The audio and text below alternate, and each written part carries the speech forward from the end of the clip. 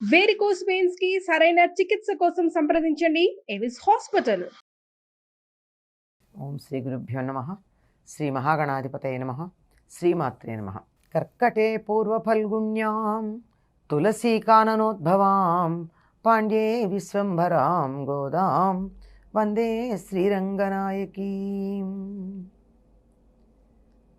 నీళాతుంగస్తనగిరితటీ సుప్తముద్బోధ్య కృష్ణం పారార్ధ్యం స్వం శృతిశతశిరసిద్ధమధ్యాపయంతి స్వోచ్ఛిష్టాయాం సృజినిగళితం యా బలాత్కృత్య భుంక్తే గోదా తస్యై నమ ఇదమిదం భూయ ఏవాస్తు భూయః.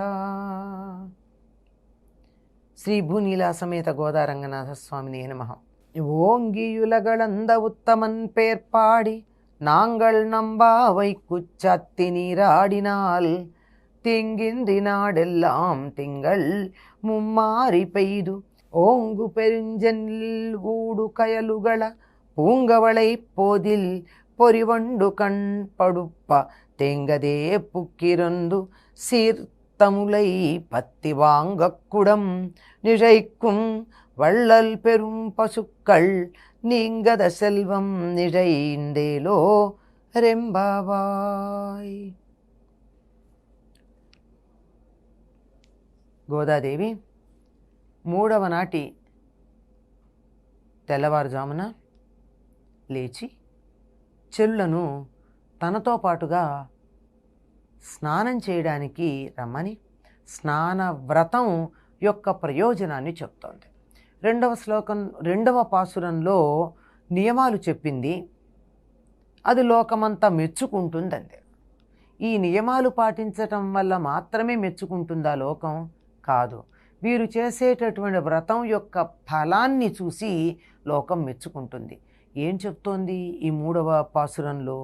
బలిచక్రవర్తి ఇచ్చినటువంటి దానాన్ని తీసుకుని ఆకాశం దాకా పెరిగి మూడు లోకాలని తన పాదాలతో కొలిచిన పురుషోత్తముడైనటువంటి త్రివిక్రముడి యొక్క దివ్యనామాలని మేం గానం చేసి మే వ్రతం అనేటటువంటి పేరుతో స్నానం చేయగానే ఏం జరుగుతుందో తెలుసా? అంటే త్రివిక్రముడైనటువంటి అంటే వామనావతారాన్ని ఇక్కడ గుర్తు చేయడం జరుగుతోంది. ఈ వామనావతారంగా ఆవిర్భవించి త్రివిక్రముడై విజృంభించి ఏం చేశాడైనా?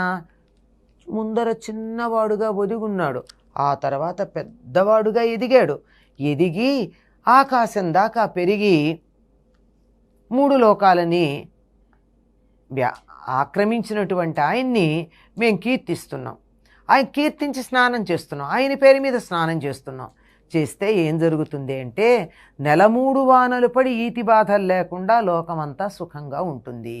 మేము ఇక్కడ స్నానం చేసిన దానికి ఫలితంగా 3 నెలల పాటు వానలు పడి, అంటే వర్షాకాలం 3 నెలలు చక్కగా వానలు పడి లోకమంతా సుఖంగా ఉంటుంది. దీనికి కొంతమంది 3 వానలంటే నెలకి 3 వానలు అంటారు. నెలకి 3 వానలు పడితే ఎట్లా ఉంటాయండి? శీతాకాలంలో కూడా వానలు పడితే ఎట్లా? పంట పొలం మీద కోతకొచ్చినప్పుడు వానలు పడితే ఎట్లా? కాదు. 3 నెలలు బాగా వానలు పడాలి, మిగిలిన నెలలంతా కాకుండా. అలా వానలు పడి ఎప్పుడైతే వానలు బాగా పడ్డాయో పంటలు బాగా పండుతాయి, నీళ్ళకి కొరత ఉండదు. తాగే నీళ్ళకి కానీ సాగునీళ్ళకి కానీ కొరత లేకుండా ఉంటుంది వానలు పడితే. అట్లా ఉండి ప్రజలందరూ సుఖంగా ఉండాలి. మేము స్నానం చేస్తే దాని యొక్క ఫలితంగా ప్రజలు సుఖంగా ఉండాలి. అప్పుడు ఏం జరుగుతుంది? వాన పడంగానే వరి చేలు ఆకాశం అంత ఎత్తు పెరుగుతాయి. అంటే వరి చాలా పెద్దదిగా పెరుగుతుంది కదండి, ఇంతంత ఎత్తు పెరుగుతుంది. మనిషి వరి పొలంలో కనుకున్నట్టయితే మరీ ఆజానుబాహు కాకపోతే తల కనపడనంత ఎత్తుగా పెరుగుతాయండి వరి పొలాలు. అంటే ఈ కాలంలో పొట్టి వంగడాలు వస్తున్నాయి, దానివల్ల పశువులకి గడ్డి లేకుండా అయిపోతుంది పంటలు పండుతున్నా. అంటే మనిషి స్వార్థం కోసం తనకు కావలసిన గింజల గురించి ఆలోచించాడే కానీ పశువులకి మేత కావాలన్నది ఆలోచన చేయకపోవడం వల్ల పొట్టి విత్తనాలు ఉన్నాయి కానీ పొడుగ్గా ఉండేవి. ఎంత ఎత్తు పెరిగాయిట వరి అంటే ఆకాశం అంత ఎత్తు పెరిగితే వానలు బాగా పడ్డాయి గనక అలా పెరిగినప్పుడు ఏం జరుగుతుంది, వరి చేలల్లో చేపలు తుళ్ళిపడుతున్నాయి. అంటే వరి చేలకు ఎప్పుడు నీరు ఉండాలండి. నీరు లేకపోతే వరి పండదు. ఆ కుదుళ్లలో నీళ్లుంటే ఆ నీళ్లల్లో చేపలు ఆనందంగా ఎగిరెగిరి పడుతున్నాయిట. పైగా పక్కన ఉన్నటువంటి చెరువుల్లో కలువ పూలల్లో మనోహరమైనటువంటి తుమ్మెదలు నిద్రిస్తుంటే సస్యాలు సమృద్ధంగా పండుతాయి. ఇది మా వ్రతం యొక్క ఫలితం. అంటే మేము వ్రతం చేసినందుకు వానలు బాగా పడాలి, పంటలు బాగా పండాలి, వరి చేలల్లో ఎంత నీరుండాలంటే చేపలు తుళ్ళిపడుతూ ఉండాలి, పక్కనున్న చెరువుల నిండా నీళ్లుండి దాంట్లో కలువ పూలు ఉండాలి, ఆ కలువ పూలల్లో తుమ్మెదలు వచ్చి చక్కగా విశ్రాంతి తీసుకుంటూ ఉండాలి. ఎందుకని కలువ పూల గురించి చెప్పడం? రాత్రిపూట విచ్చుకుని ఉంటాయి, అవి పడుకున్నంత మాత్రాన పూలు వాడిపోతే కదా ఇబ్బంది పడేది. పూలు వాడిపోతే తుమ్మెద పూలల్లో ఉండిపోతుంది. కానీ రాత్రిపూట పడుకోవడానికి కలువ పూలు సుఖం, ఎందుకంటే ఇవి విచ్చుకునే ఉంటాయి కనుక హాయిగా పూదేన తాగి మత్తిల్లి అందులోనే పడుకుంటూ ఉంటాయి. పంటలు బాగా పండుతాయి. ఇంత బాగా పంటలు పండితే గడ్డి అంత పెరిగింది కదా వరి పొలాల్లో, వరిగడ్డి, అవి తిని ఆవులు బాగా బలంగా ఉండాలి. అవి బలంగా ఉండి వాటికి కొట్టంలో కట్టేసి పాలు పితకడానికని ఎవరైనా దగ్గరికి వెడితే చాలు ముట్టుకోకుండానే ఆవు పొదుగులో నుంచి పాలు కారాలి. ఎంత నిండుగా ఉండాలంటే వాటి దగ్గర పాలు అలా వేలితో స్పృశించగానే గట్టిగా తీయక్కర్లేదండి, వాటిని గట్టిగా పొదుగు పట్టుకుని లాగక్కర్లా. గేదెని ఆవుని తేడా ఉంటుంది. గేదె పాలు తీయాలంటే చాలా కష్టపడి వాటిని తీయాలి, శ్రమ ఉంటుంది. ఆవు పాలు ఏం లేదండి, చాలా తేలిగ్గా వస్తాయి. ఎందుకంటే ఆవు చర్మం పలచగా ఉంటుంది, అది మనకి పాలు ఇవ్వాలనే ఒక కోరికతో ఉంటుంది. అందువల్ల వీళ్ళ మాత్రం శ్రమ కూడా పడక్కర్లేదట.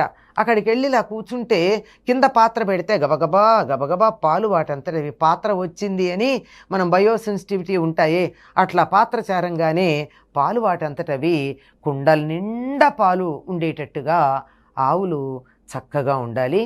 అంటే పాడి పంట రెండూ ఉండాలి. అంతేకాదు ఇవన్నీ ఇవాళ తింటే రేపటికి ఉండదు.